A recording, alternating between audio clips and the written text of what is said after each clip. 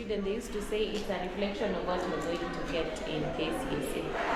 I promise you that is a blatant lie. It's not true. It's just where you are at that point. If you work harder, you're going to get better. If you relax, you're going to get worse. So I hope you're putting in the work. It's not over. A lot can change in the few days remaining. So keep working. I know these results are not very romantic. Myself, I pity myself being associated with them.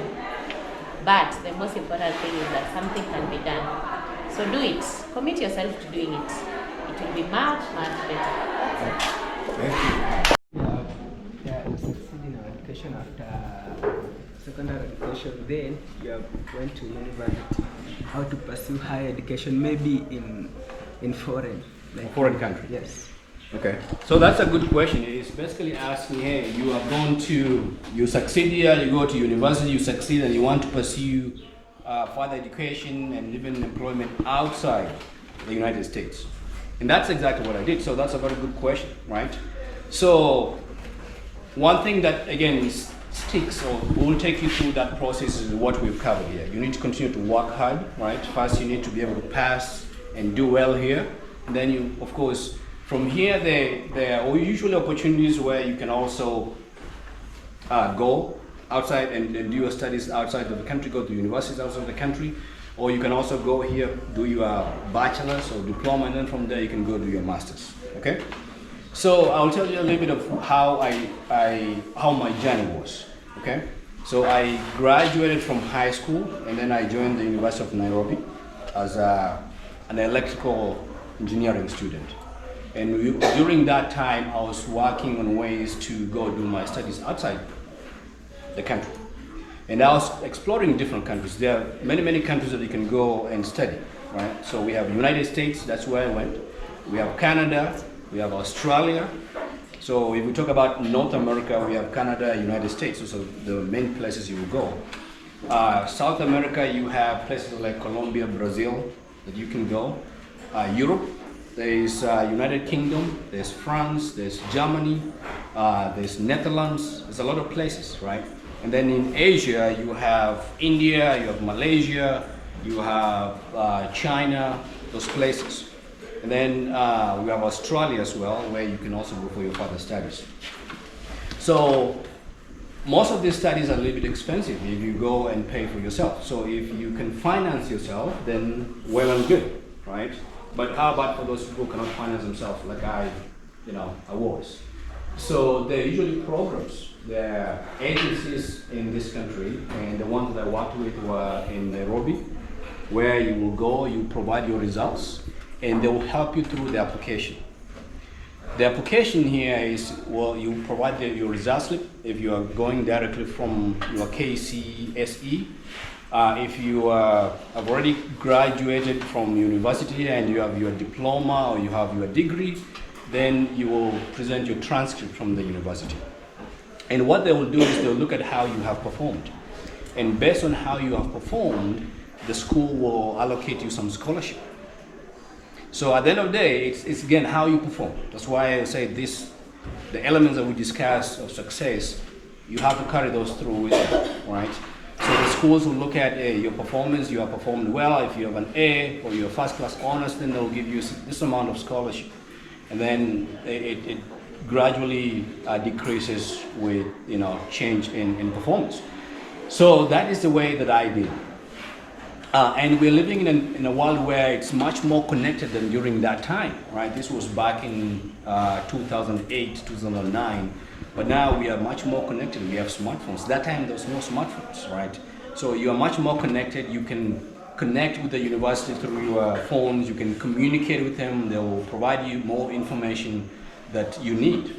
But basically, if you cannot fund your higher education yourself internationally, then you need to do very well academically so that they use that as a basis to give you scholarship. Okay? Any other questions? Does that answer your question? Yes. Example, maybe let me use myself. I've managed to do Form 4 exam and I've not done it very well the way you expected. Maybe let me say maybe I managed to score less than a D plus, and I use the other way so that I can have a PhD and manage to go to United States. Can that be easy, or will also be a long journey? So I think what will fact whatever you use to apply, right? If you want to go right after your KCP, then your KCC, then the results that you get from these exams is what will determine. Okay? If you want to go to do your masters, then the results that you get from your higher education institution, if you go to a university or you go to a college, right? And there are different routes for those people who don't get results that will take you straight to the university, right?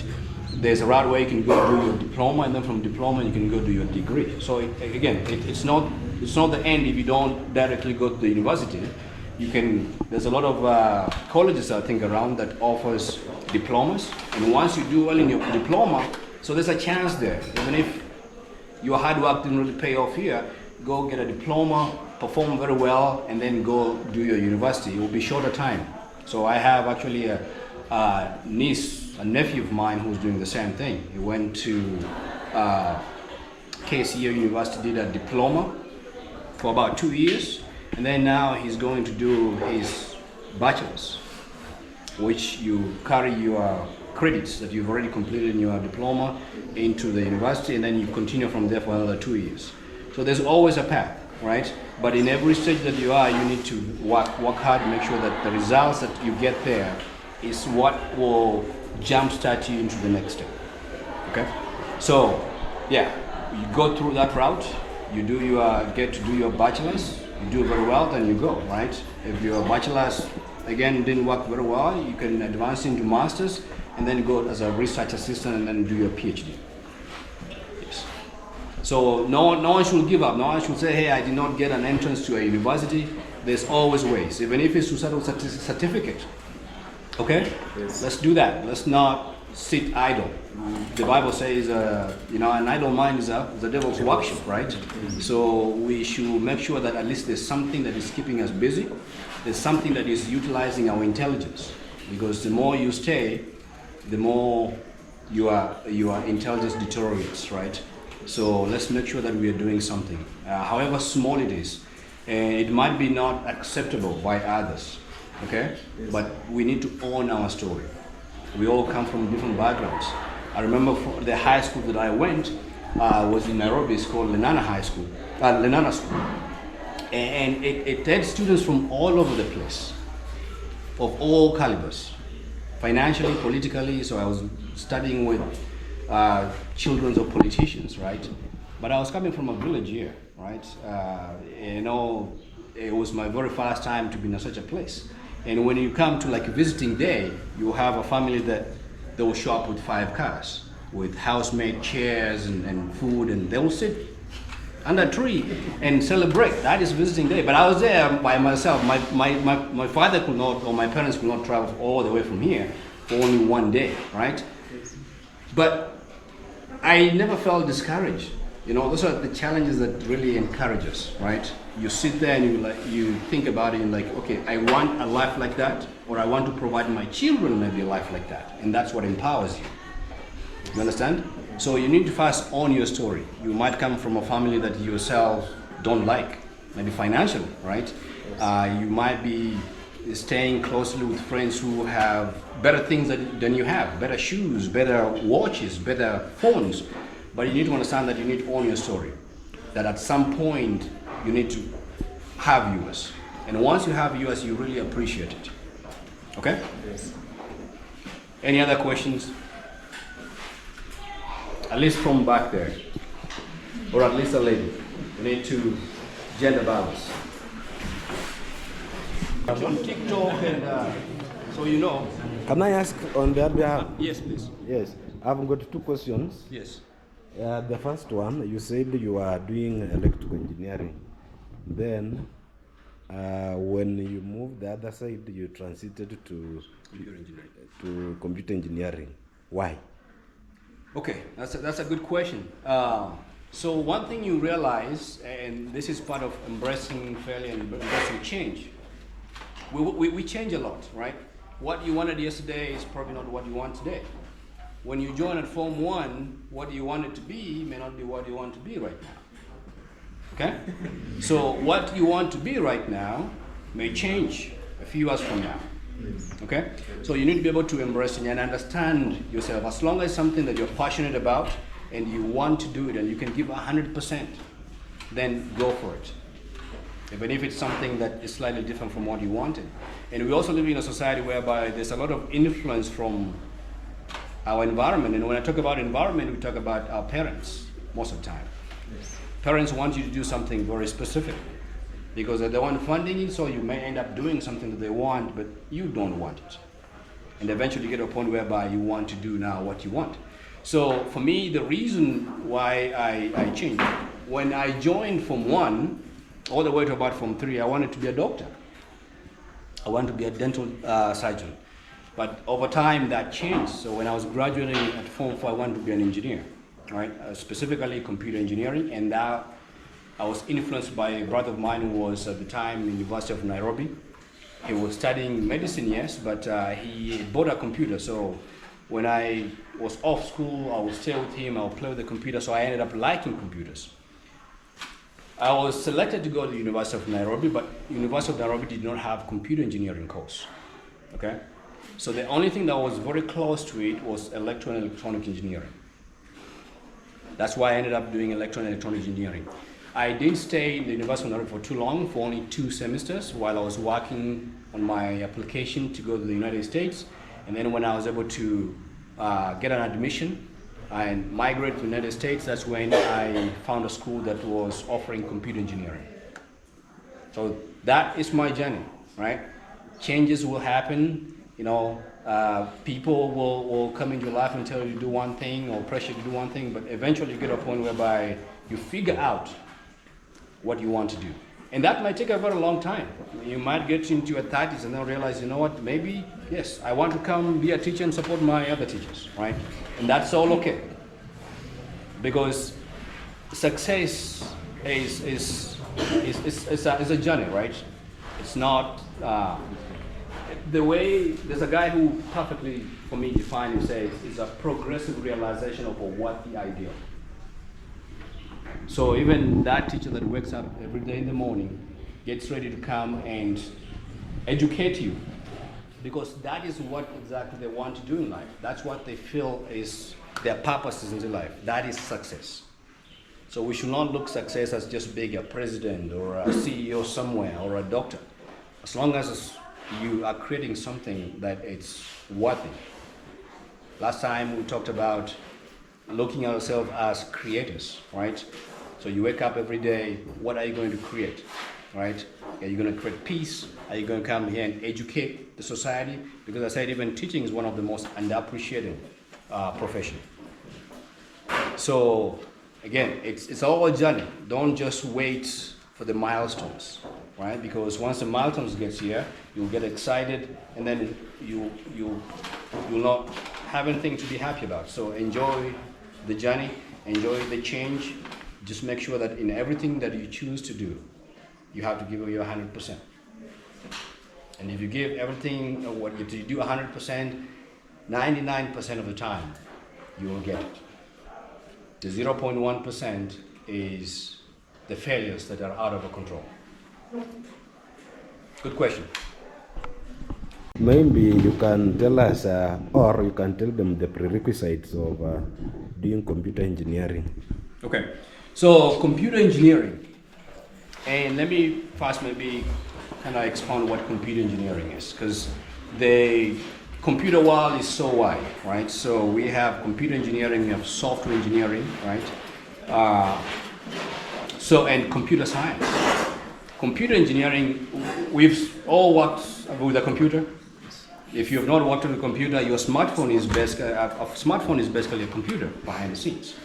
You have the hardware part, which is the part that you see, right? You have the battery and the wiring inside. That is the hardware part, okay? And then you have the software part. The software is the things you can touch, right? Like the apps that you run, the TikTok app, right? YouTube, that's the software. right? I know you touch it, yes, but you're really touching the screen that launches the application. So you can decide to be a hardware engineer and go ahead and design the electricals, the wiring, the vibration, and anything that is physical. Or you can decide to be a software engineer, just writing application code. It's called software code, right? That instructs the hardware on how to interact with the user. So, depending on which area you go, the subjects that you need to really focus on is a little bit of sciences, right? And maybe not a lot of science, but mathematics. A little bit of Esabu, you need to know that a little bit because there's a lot of computations that these devices are doing, mathematical computations. And there's a series of mathematics that you have to study through your computer career, whether you choose computer science, computer engineering, software engineering. So mathematics is there, a little bit of physics. If you want to be a hardware engineer, right, to design the physical part of it. For example, how do you design the vibration of the phone, right? Yeah, there's a mechanical part in there that spins very, very fast, right? So with that, you need a little bit of physics to understand the mechanics, right? How do you it's almost like a car engine, right? You need to understand, have some level of physics, right? So I'll say mathematics is the most important, and physics, if you want to get specifically into the hardware part, but any other science should be able to suffice because it's all about solving problems. There's a lot of critical thinking when you're working with computers. So even writing software, you're given a problem and you need to walk through it in your mind. How exactly will you tell a computer to do it, right? You open your calculator on your phone and you add 2 plus 2 is equals to 4. How does a computer do it? For you can do it. You can write it down, right? Or you can, the way we learned when we were young, you take 2 sticks and 2 sticks, you put them together, it's 4. But how does a computer do it, right? So you have to think through that process and write the software. The software is what instructs the computer how to do it, okay? So those are the main subjects, right? And of course you need to, your English also has to be well, in the sense that the computing world, again, is a community. You don't work by yourself. So you'll be able to communicate, especially the phones that you make is developed by people from all over the world. So you need to be able to communicate with them, okay? So English is as important there, and even Kiswahili, because now you can take your phone and translate everything to Swahili, right? Yes. So, and how does that happen? It's not magic. Somebody sat down behind the scenes and wrote computer software to translate. Okay? Yes. What is yes in Swahili, right? So that the computer builds that library. So when you have a text in English, it has to look through that library and recreate that text in Swahili. So back then, there wasn't that translation, so Swahili was not very important. So languages become very, very important. I'm very sure in the future, we'll be translating this into our local languages as well. Okay? So you have your languages, you have your sciences, right? And then once you have the computer knowledge, you can go into any fields. Because if you look at finances, right? If you look at banks, you go to banks and you see computers, right? Yeah. So even as a banker uses computers. So once you have the knowledge of computing, now the whole purpose of computers is to solve problems. You go to a bank and realize what challenges the banks have, right? Manage their books, to withdraw, how do you withdraw money from the ATM? There's a computer behind the scenes that adds and subtracts the amount and keep record of it. It's not paper anymore, okay? Yes. So once you have the computing knowledge, then you can apply that computing knowledge in every field. Planes do fly right now. As I told you, I flew for about 20 hours, right? You're flying for about 16 hours consecutive over the ocean. And sometimes the pilot doesn't do anything. They put it in autopilot. It's a computer that does it. So there's a lot of interesting things that you can do with computers. And that's why I wanted to go there.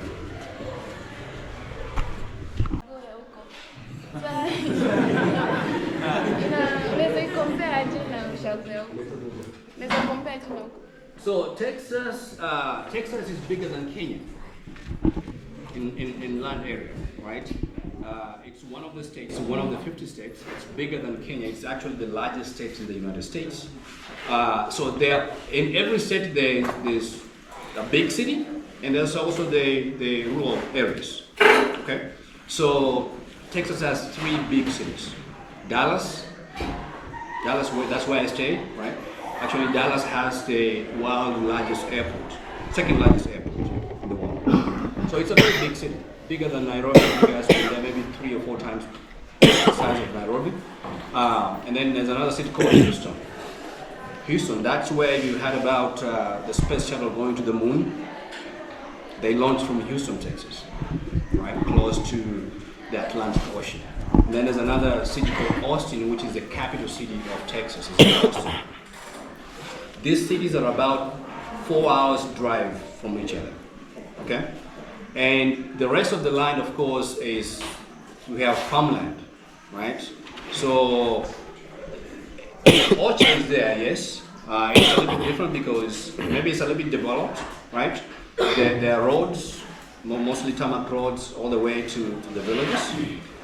There is agriculture being done there, but it's mostly highly mechanized agriculture. So there's a lot of machineries that are computerized. So you have tractors. So you can have maybe 2 or 3 people cultivating 5,000 acres of land. Because so machinery. So you have very highly computerized John Deere machinery that has GPS built into them, and they just go to work without you being there. You program there, you show them the map where they're supposed to go, and they go plow, finish plow. You can send another one to plant and do all that. So you can have maybe 2 or 3 people just managing that remotely from home. So that's how agriculture is basically done there. So there's agriculture, yes, so you will drive, you will see cows in some places, right? You will see chicken farms, but the only difference is they're highly mechanized, right? So there's computerized machines that help with the work there. I know you went with air transport, not Yes. motorcycle. So these So these things like visa and passport. Yes. And when you reach there, what about the environment? How you started to adapt it, shelter, the food, the website? That's a very good question. Okay, he's asking about how my transition was. When I left here, I ended up in a new country. How did I adjust? Are there anything that I was surprised about? So I had only seen United States in a TV, okay? Just in the movies and the TV. So I was going to a place where I'd never been before. I didn't know anyone. So it was a leap of faith. And sometimes you have to do that if you really want to be successful, right? Yes. Some of you here, once the results will come out, you will be required to go to a university in Mombasa or in Nairobi, and you've never been there before. So there's that part of learning that you have to be open-minded, right? And you also need to be very, very easy to adjust into different environments. So in my case, I left here, it was my very first time flying, okay? First, when I get my admission, I have to go to the embassy. The US has an embassy where you have to go and get a visa. A visa is a permit for you to go to that country. So if you want to go to another country, you have to go to that embassy, get a visa, and the visa is stamped on your passport. Passport is another form of ID to allow you to travel. So it's a small book with a few pages. So you go to the embassy, and then you have to go for an interview. They ask you questions: where are you going? Why are you going? Right? And if you pass the interview, they will stamp the visa on one page of your passport. So that when you go to JKIA, Jomo Kenyatta International Airport, flying out, they'll look at, okay, you're going to the United States, do you have any permission to go there? And they look that you have a visa that's been issued by the embassy, and then they allow you to go. So that was my journey. I did that, flew with an airline called Emirates, flies to Dubai. Dubai is about 5.5 hours from Nairobi. And then from there, flew to Dallas, Texas, which is about 16 and a half hours, continuous. Okay? Yeah, so you get tired. So, but it was my first time, so I was very curious. Most of the journey is over Atlantic Ocean, so you don't see much. You only see water, and the planes now have cameras outside, so but you can see from inside. You can look at front, back, all that. So I landed there. US has different seasons. We have winter, which is the coldest. And the question is how cold does it get, right? It gets sometimes to negative 15 degrees. Negative 15 degrees. And there are parts that do not rain. Snow is what falls down. Okay? So when I landed there, it was winter. Winter usually starts around November all the way to March. So it was a very cold time for me. I'd never been in such a cold place. So that was the very first thing that I really got surprised. Okay, so weather is something that something that you have to adjust to, and then so after March you get into spring, it starts warming up, and you've learned this in geography for those who take geography, right? The sun moves from the between the tropics, right? From is it Tropic of Cancer on the top? It goes all the way through the equator to the Capricorn and back and forth. So when it's all the way down to the Capricorn, the United States on the other side, so there's less sunlight. So that's what causes the cold. And then from there it starts warming up when the sun starts coming back up. March to June, it warms up, the weather's like this. June to August is considered summer. It's very hot. Very, very hot. So sometimes in Texas you get to like 40 degrees. Room temperature is 25 degrees, so sometimes it gets to 40 degrees. So there's this change in weather that you have to adapt to. That was my very first thing that I had to, right? And number two, of course, is the culture, right? The food that is available. There's no ugali, no skuma, so you have to eat hamburgers and pizzas, all that stuff, right?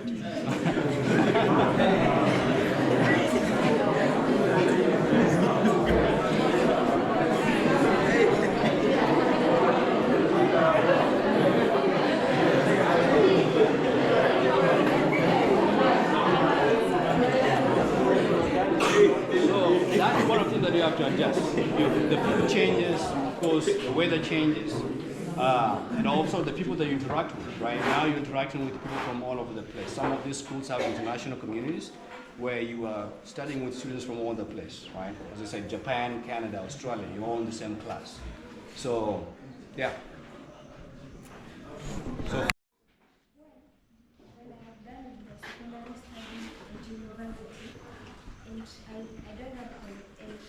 I do not have connection.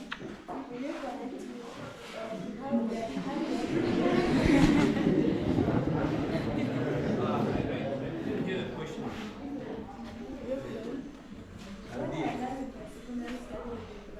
Yes. Will you connect me?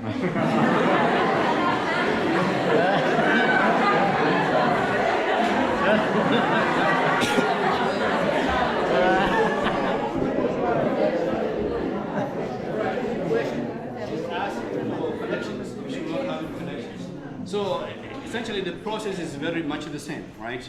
So there are a lot of, for you to go there you have to use a local agency from here that will help you with passport, embassy preparation, and also admission to the school. So that information is for the agencies that you can work with. That's information that I can provide with the teachers, right? And they can provide that to you. So whenever you get out of here, you can contact those agencies and see what options are there, right? It's been a while since I went through those through that path, right? But I can look up those contacts and share those ones with you.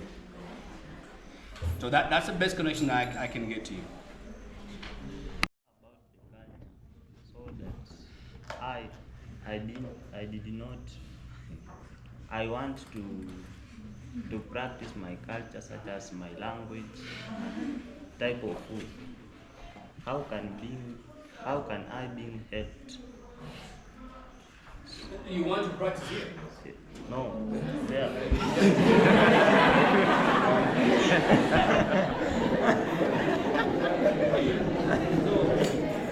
If I get your question correctly, is once you get there, do you get any help with the culture?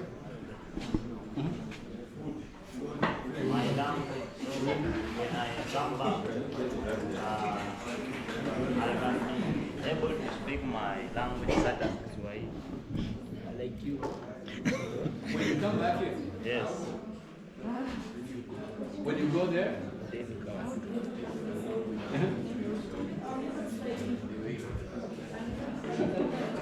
so, okay, as far as language is concerned, when you go there, of course you already speak English, right? So when you go there, you'll be able to interact with other people who speak English. Majority of the people there speak English, so that will be okay. Your accent will probably change a little bit, and at the beginning it will be a little bit hard to hear them, but over time you adjust to it, right? And then there are also other Kenyans there. There are Kenyan communities there. Like Dallas has the largest Kenyan community. That's why usually the Kenyan president, when they come to the United States, they'll come to Dallas to meet Kenyans. So you'll still be able to practice your Swahili, so that when you come back, you can speak both. Yeah, you will not lose your. So food, when you get there, that's what will be there. You know, so for me, I'd never eaten those things.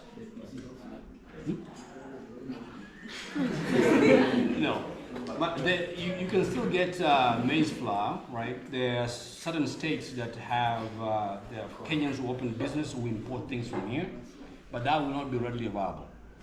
So it's only specific cities within the United States that you can get those. We also get some flour from Mexico. Mexico just borders U.S. on the southern side, so some get imported into the country, right? So it's something that you have to figure out how to do it, okay? But you also have to adjust into other kind of food first. Last question, please. Okay. So how long do you like take to pursue the course? Which one? Software engineering. Yeah, so mostly if you do engineering, computer science will probably about 4 years, regular 4 years, right? Engineering courses take 5 years. Yeah, so engineering takes 5 years.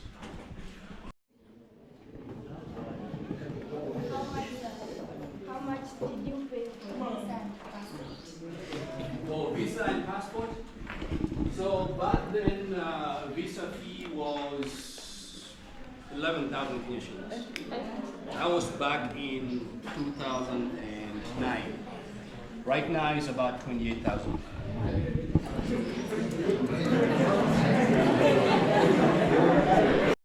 11,000 right now is 28,000, and then you also pay something called service fee, which is student and exchange visa fee, which right now is $300. $300 is equivalent to about 35,000. And then that time it was when I was flying, I paid 105,000 for the flight. For the transport from Nairobi to the US, to Dallas, 105,000. That hasn't changed a lot.